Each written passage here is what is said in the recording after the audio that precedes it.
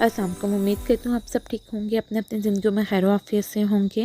My name is Hira Ahmed Bhatt और मैं आप लोगों को पढ़ाऊँगी history and system of psychology, course code 502, lesson 33, Alfred Adler and individual psychology. Adler Australian psychologist था। उसने अपने मेडिकल करियर का आगाज़ एज अ एपिडेमोलॉजिस्ट किया था, लेकिन फर्दर उसने उसको स्विच करके जनरल प्रैक्टिस की तरफ वो चला गया था। उसके बाद उसने उसको भी स्विच किया और वो साइकेट्री की साइड पे चला गया था। 1907 में उसको इनविटेशन आया था फ्रॉइड की तरफ से, फ्रॉइड डिस्कशन ग्रुप को ज्वाइन करने का। उसने उस ग्रुप को ज्वाइन किया था, लेकिन उसके 2 रिसर्च पेपर्स फ्रॉइड की तरफ से रिजेक्ट हो गए थे। उसने 2 रिसर्च पेपर्स अपने किए थे, ऑर्गेनिक इन्फ्रॉइटी पे और चिल्ड्रंस फीलिंग्स ऑफ इन्फ्रॉइटी पे, लेकिन वो दोनों फ्रॉइड की तरफ से रिजेक्ट हो गए थे, जिसके बाद वो फ्रॉइड के कॉन्सेप्ट्स को बहुत ज़्यादा क्रिटिसाइज़ करता था। इवन फ्रॉइड ने उसको प्रेसिडेंट बनाया हुआ था वीनस में एनालिटिकल सोसाइटी का भी, और वो कोऑर्डिनेटर भी था ऑर्गेनाइजेशंस के न्यूज़लेटर का, लेकिन उसके बावजूद वो बहुत ज़्यादा क्रिटिसाइज़ करता था। इसी तरह से एक दफ़ा डिबेट स्टार्ट हुई एडलर और फ्रॉइड्स की सपोर्टर्स के दरमियान में, और फिर इसका रिज़ल्ट ये हुआ कि एडलर ने और उसके साथ 9 और मेंबर्स ने जो ऑर्गेनाइजेशन के थे, उन्होंने जो फ्रॉइड की ऑर्गेनाइजेशन थी उसमें से रिज़ाइन कर दिया और उन्होंने एक नई अपनी ऑर्गेनाइजेशन बना ली, जो फ्री साइकोएनालिसिस के नाम से पहले उसने काम स्टार्ट किया। उसके बाद उस ऑर्गेनाइजेशन को उन्होंने the society for individual psychology के नाम से इंट्रोड्यूस करवाया उसी साल में। अब इंडिविजुअल साइकोलॉजी को जो रेफ़र किया था पॉइंट ऑफ व्यू एडलर के हिसाब से, एडलर का मानना ये था कि हम किसी भी इंसान को एज अ होल देखते हैं, हम उसको पार्ट्स में नहीं देखते। उसकी ज़िंदगी के बारे में, हम उसकी एक्सपीरियंसेस के बारे में एज अ होल हम पर्सन को जज कर रहे होते हैं। हम उसका एक स्पेसिफिक पार्ट लेके उसको जज कभी भी नहीं करते। फर्दर फ्रॉइड का कहना ये था, फ्रॉइड चाहता था कि वो ज़्यादा से ज़्यादा लाइफ़स्टाइल के ऊपर बात करे, कि जो हमारी लाइफ़स्टाइल होती है वही सबसे ज़्यादा इम्पोर्टेंट होती है हमारी ज़िंदगी गुजारने में। लाइफ़स्टाइल को उसने रेफ़र किया था कि आप कोई भी इंसान अपनी ज़िंदगी कैसे जीता है, उसको किस तरह से अपनी मुश्किलात को हैंडल करना चाहिए और किस तरह से अपने जो इंटरपर्सनल रिलेशंस हैं उनको किस तरह से डील करना चाहिए। एडलर ने फर्दर ये कहा कि जितने भी इंसान के बिहेवियर या एक्सपीरियंसेस होते हैं, उसके पीछे कोई ना कोई ड्राइव होती है, कोई ना कोई एक मोटिवेशन फ़ोर्स होती है। उसने इस मोटिवेशन फ़ोर्स को स्ट्रीविंग फॉर परफेक्शन का नाम दिया था, कि इंसान कोई भी काम, कोई भी चीज़ किसी ना किसी डिज़ायर के बगैर कभी भी नहीं कर सकता। इंसान हर दफ़ा चाहता है कि वो एक छोटी सी चीज़ की ख्वाहिश करता है, वो अगर उसको हासिल कर लेता है तो उसकी ख्वाहिश नेक्स्ट टाइम पे उससे बड़ी हो जाती है, बड़ी से बड़ी तर होती जाती है, और वो चाहता है कि वो इन सब पॉइंट्स को अचीव करता जाए। ये बिल्कुल इसी तरह से है जिस तरह से सेल्फ एक्चुअलाइजेशन का पॉइंट ऑफ व्यू है। अगर हम उसको देखें तो हमें एडलर का ये पॉइंट ऑफ व्यू भी बहुत अच्छे से समझ में आ जाता है। फर्दर एडलर ने एक और कॉन्सेप्ट दिया था ऑर्गेनिक इन्फ्योरिटी का। उसने फर्दर ये बोला कि अगर हम किसी भी इंसान की पर्सनैलिटी को देखें या किसी भी इंसान को हम एज अ ह्यूमन साइकोलॉजी के तौर पर उसको देखें, तो हमें ये वाला पॉइंट बहुत अच्छे से समझ में आ जाता है कि जो ऑर्गेनिक इन्फ्योरिटी होती है वो पर्सन डेवलप कब करता है, जब उसके चाहिए होते हैं सुपरियरिटी की तरफ। अब उसने सुपरियरिटी की जो फीलिंग्स थी उसको उसने फर्दर 2 कैटेगरीज़ में किया, कि इंसान की जो ख्वाहिशात होती हैं किसी भी चीज़ को हासिल करने की, एक से बढ़ के एक से बढ़ के, उसके बाद वो अगर इन चीज़ों को हासिल नहीं कर सकता तो उसके बीच में कॉम्प्लेक्स आ जाता है, कि इन्फ्योरिटी आ जाती है। उन सारी चीज़ों को वो एक और नई शक्ल में उसने इंट्रोड्यूस करवाया था। फर्दर उसको उसने 2 और कैटेगरीज़ में डिवाइड किया था, compassion and over compassion. Freud ने ये कहा कि जो कंपनसेशन हमारी होती है, इसका जो मतलब उसने दिया था वो स्ट्रेविंग टू ओवरकम दिया था, कि हमारी हर किसी की ज़िंदगी में कुछ ना कुछ ऐसे वेज़ होते हैं जिसमें से हम निकल सकते हैं, कभी नहीं निकल सकते। हर इंसान की ज़िंदगी में कुछ ना कुछ शॉर्ट कमिंग्स होती हैं, और ये हर इंसान की ज़िंदगी में होती हैं। कुछ ना कुछ उसमें कॉन्फ्लिक्ट्स होते हैं, कुछ ना कुछ इन्फिनिटी कॉम्प्लेक्सेस उनमें ज़रूर होते हैं। एडलर का ये मानना था कि जो हमारी पर्सनैलिटीज़ होती हैं वो इन्हीं चीज़ों के इर्द गिर्द घूम रही होती हैं, कि क्या हम कर सकते हैं और क्या हम नहीं कर सकते। क्या हम जो चीज़ें हमारे पास हैं और जो चीज़ें हमारे साथ नहीं हैं, क्या हम उन चीज़ों के साथ ज़िंदगी गुजार सकते हैं या नहीं सकते? क्या जो चीज़ें हमारे पास नहीं है हम उसको प्रॉब्लम लेके चलते हैं या हम उनके साथ कंपनसेट कर लेते हैं? अगर तो हम उन चीज़ों के साथ अकॉर्डिंग टू एडलर, अगर तो हम उन चीज़ों के साथ कंपनसेट कर लेते हैं तो वो हमारी फीलिंग्स जो वो हमारे जो कॉम्प्लेक्सेस होते हैं वो हमारे एग्रेसिव वाली साइड पे चले जाते हैं। और इसका नतीजा क्या निकलता है कि वो अपनी जो एग्रेशन होता है उसके साथ और अपने सोशल इंटरेक्शंस के साथ मिलके कोई ना कोई एक अलग तरह का अपना लाइफस्टाइल बना लेता है।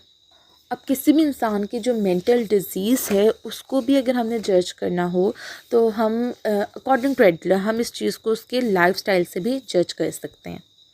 फर्दर एडलर ने कहा कि अब जो भी हमारे कॉम्प्लेक्सेस होते हैं, ऑर्गेनिक इन्फिरियरिटी जब हम किसी भी इंसान में आती है तो या तो वो अपनी ज़ात को देखता है या वो सारों को लेके चलता है। जब वो अपनी ज़ात को देखता है सिर्फ, तो वो फिर दूसरों के बारे में कभी भी नहीं सोचता, दूसरों की क्या पसंद है क्या पसंद नहीं है, तो उसका ऑल द टाइम दूसरों के साथ किसी ना किसी पॉइंट पे फिर कॉन्फ्लिक्ट्स ही चल रहे होते हैं। फर्दर फ्रॉइड ने इस पॉइंट को इस तरह से भी बयान किया था कि अगर तो हम बहुत अच्छे से चल रहे हों, हमारी ज़िंदगी बहुत अच्छे से गुज़र रही हो, तब हम दूसरों के बारे में सोच सकते हैं। हम अपने को एक साइड पे रख के फिर दूसरों के बारे में सोच सकते हैं जब हमारी ज़िंदगी बहुत अच्छी चल रही हो। लेकिन जब हमारी ज़िंदगी, एक इंडिविजुअल इंसान की ज़िंदगी ही अच्छी नहीं चल रही, वो सही से किसी चीज़ के बारे में ना जांच रहा है, ना वो परख रहा है, ना ही वो खुद चल पा रहा है अकॉर्डिंग टू सोसाइटी, तो वो फिर दूसरों के बारे में कभी भी नहीं सोचता, वो सबसे पहले अपनी ज़ात के बारे में सोचता है। फर्दर फ्रॉइड ने कहा कि जो हमारे ऑर्गेनिक इन्फिरियरिटीज़ होती है हम उनको कंपनसेट कर लेते हैं किसी ना किसी चीज़ के साथ। अब उसमें क्या होता है, जब हम उन चीज़ों को कंपनसेट कर लेते हैं तो हमारी जो इन्फिरियरिटी कम्प्लेक्सेस होते हैं तो वो किसी ना किसी हद तक एक स्ट्रेंथ बन जाते हैं, कोई ना कोई ताकत के तो पे हमें नज़र आ जाते हैं। अब वो क्या होता है, वो हर इंडिविजुअल से वेरी नहीं करता, हर किसी का अलग अलग होता है। फर्दर फ्रॉइड ने कहा लेकिन अनफॉर्चुनेटली सारे लोग इस चीज़ से नहीं ही कंपनसेट कर सकते, सारे लोग इस चीज़ से ओवरकम नहीं कर सकते। बहुत कम लोग होते हैं जो अपने इन्फिरियरिटी कॉम्प्लेक्सेस के साथ ज़िंदगी को बहुत अच्छे से गुजार सकते हैं।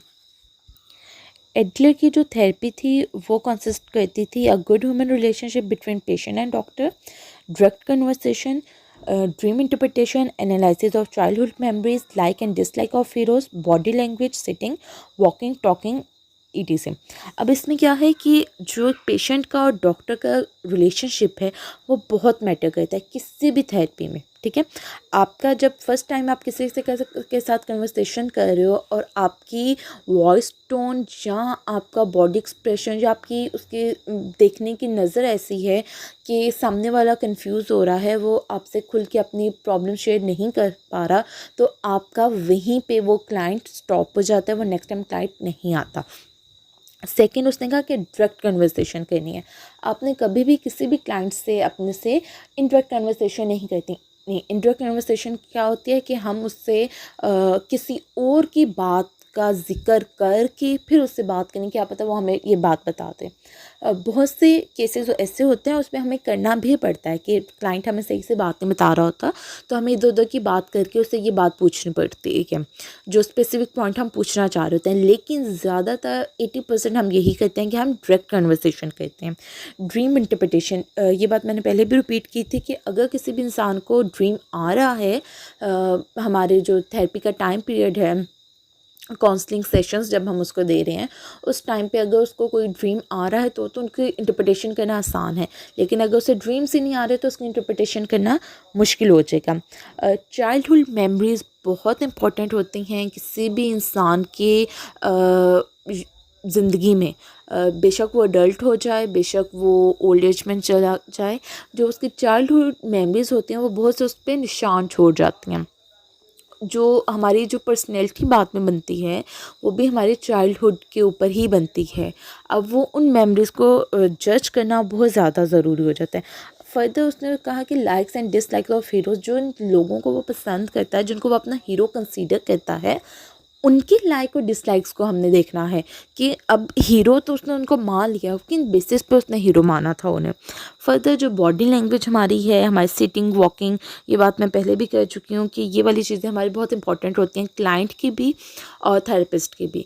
अगर क्लाइंट की ये वाली सारी चीज़ों को हम बहुत कीनली ऑब्ज़र्व कर रहे होते हैं, लेकिन हमने ऑब्ज़र्व ऐसे करना होता है कि सामने वाले को पता भी ना चले कि हम उसको ऑब्ज़र्व कर रहे हैं। एडलर का मानना था कि हम किसी भी को एग्ज़ाम करते वक़्त, किसी भी इंडिविजुअल को जब हम किसी भी डिसऑर्डर के लिए उसको ट्रीट कर रहे होते हैं, उसकी काउंसलिंग कर रहे होते हैं, तो बहुत से फैक्टर्स ऐसे होते हैं जिनको हमें देखना पड़ता है उसको एग्ज़ाम करते वक़्त। उसके मानना ये था कि चाइल्डहुड एक्सपीरियंसेस और उसका एनवायरनमेंट, ये दोनों चीज़ें ऐसी हैं कि ये किसी भी इंसान की ज़िंदगी को, अगर हम इन 2 चीज़ों के ऊपर बेस करके अगर हम उसे जज करना चाहें, तो हम बहुत इजीली उसको जज कर लेते हैं। उम्मीद करती हूँ आपको आज का लेक्चर समझ में आया होगा। अगर कुछ समझ में ना आया हो तो आप कमेंट सेक्शन में पूछ सकते हैं। नेक्स्ट लेक्चर तक के लिए अल्लाह हाफ़िज़।